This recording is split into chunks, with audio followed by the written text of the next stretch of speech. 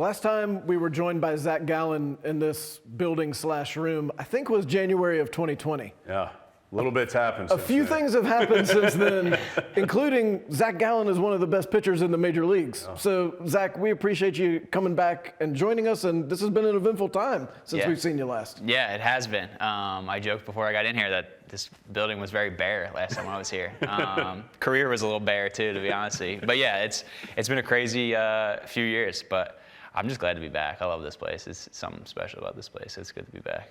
How did you go from a guy that was bouncing around a little bit in the minors, had a cup of coffee or two in the major leagues, to now all of a sudden double-digit wins last year, a really incredible streak that we'll talk about, but how did you make that step? I think the biggest thing was just understanding how important just being healthy was. That was a big focus for me this year. 2021 just was, riddled by some little injuries that kind of took away from getting on the roll and just kind of getting in a rhythm. So this year I just, big part of my goal was just to throw 30 starts, 31 starts, whatever it was. So yeah, that was really the thing. It was just like try and get on a roll and just see what happens, stay healthy and, be out on the field. At what point did you realize that you were kind of comfortable being successful? Like you were expecting to do this pretty much every time out? That's kind of how I've been just as a kid. I just, always expected just to, maybe not necessarily excel, but just do well. Like, I mean, it might not be the first time, maybe it might take me a few times, but after a while, like I felt like this is, what I need to do, what I'm expected to do. So yeah, it's just kind of how I had been, even through the big league level. It's just like I expect myself to do well. Maybe somebody else doesn't, but I do. So I just kind of held myself to a higher standard and just, trusted in the process, really. Zac, I mentioned that streak. It was, I know you know these numbers well, 44 1/3 scoreless innings. It's the longest in Diamondbacks history, the 7th longest in baseball history. I mean, that's incredible. How does that happen? I honestly, I don't know. It was weird. It was kind of a tale of two seasons, really, for me.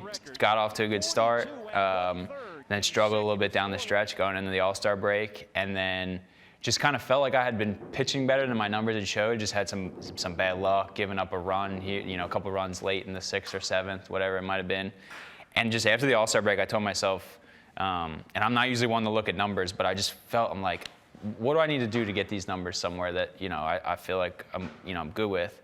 And for me, my goal just going in the second half was 7 innings, 1 run. So that amounted to 14 starts, comes out to 98 innings and 14 earned runs for me. I'm like, that'll get my ERA under 3. It'll be good. And then next thing I know, it's 44 1/3. And it was, but seriously, every time I'm out there, I wasn't really, one start I was out there trying to give up no runs. Every other time it was 7 innings, 1 run, and things just worked out. So yeah, it was a lot of fun. I was going to ask you about the mental part of it. I mean, baseball, and I would assume pitching in particular, is so mental. How did you try and block that stuff out? Yeah, fortunately, through the first 3 starts, I had no idea. Like, I just went 7 scoreless, then I went 7 scoreless again, and then I went 7 2/3 or 7 1/3 scoreless. And until my dad called me and said, thank God they didn't, catch it was an unearned run, so I wasn't thinking about it. We were up like 8-0, something like that. So I'm like, the game doesn't matter, we're gonna win this game. And he's like, you have a scoreless streak going on. And then I think the media they got wind of it, they said something about it. And that start going into Kansas City was the only start where I was pitching not to give up a run, and I hated it. I was out there just not trying to let guys on base, just not more so in an attack mode, more in a defense mode.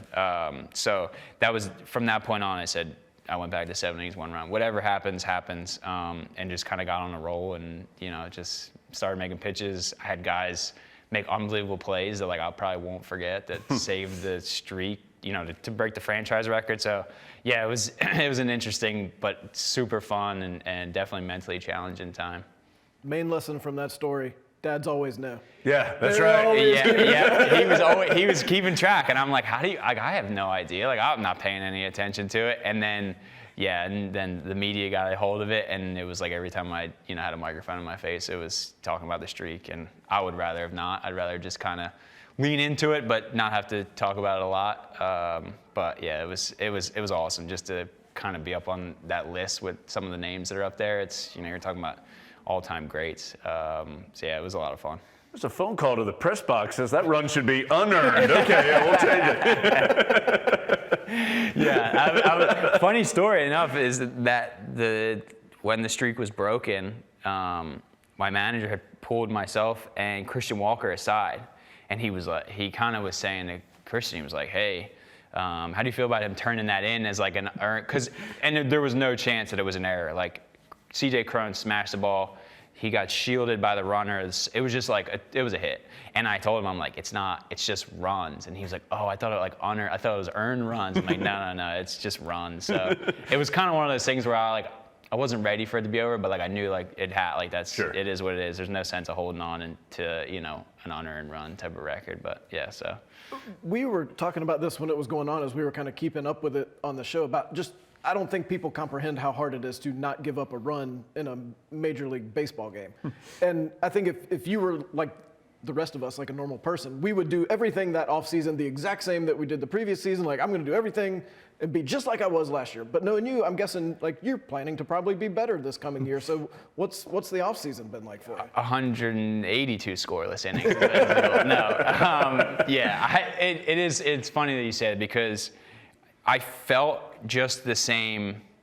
The start after the streak was over was a little different because it was one of those things where you don't have that edge. Like you're just like, man, I'm not like subconsciously you still have the streak in the back of your mind. And then, but I felt the same. Delivery felt everything. And you try, like you said, it's hard to like not give up a run. Like I went out there, felt great, pitches felt awesome, and still like maybe you give up a bloop double or whatever it might be. But for me, just this offseason, I'm just going to try and keep on the path of just trying to stay healthy and understand that I'm getting a little bit older, getting a little bit more mileage on my arms, so just having an idea of that, making sure the arm feels good, body feels good, and just kind of hit the ground running, really.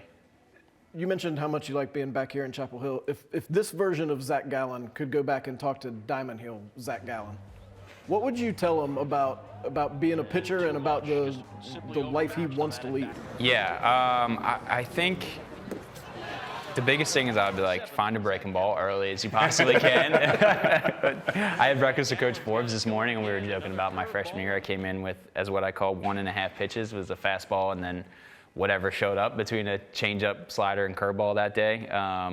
But yeah, I think for me, the breaking ball definitely was huge. Once I learned one of those, things started to like turn around here. But for me, I think we just keep at it. Like you might not have the career, the team success that you want when you're here, but like things are going to pay off in the long run. And just trust in what you're doing, and you'll be fine. It's so great to have Zac Gallen back here in Chapel Hill. What a career he has had. Look forward to it continuing this season and beyond. Zac, great to see you. Appreciate your time. Yeah, thanks for having me. Glad to be here.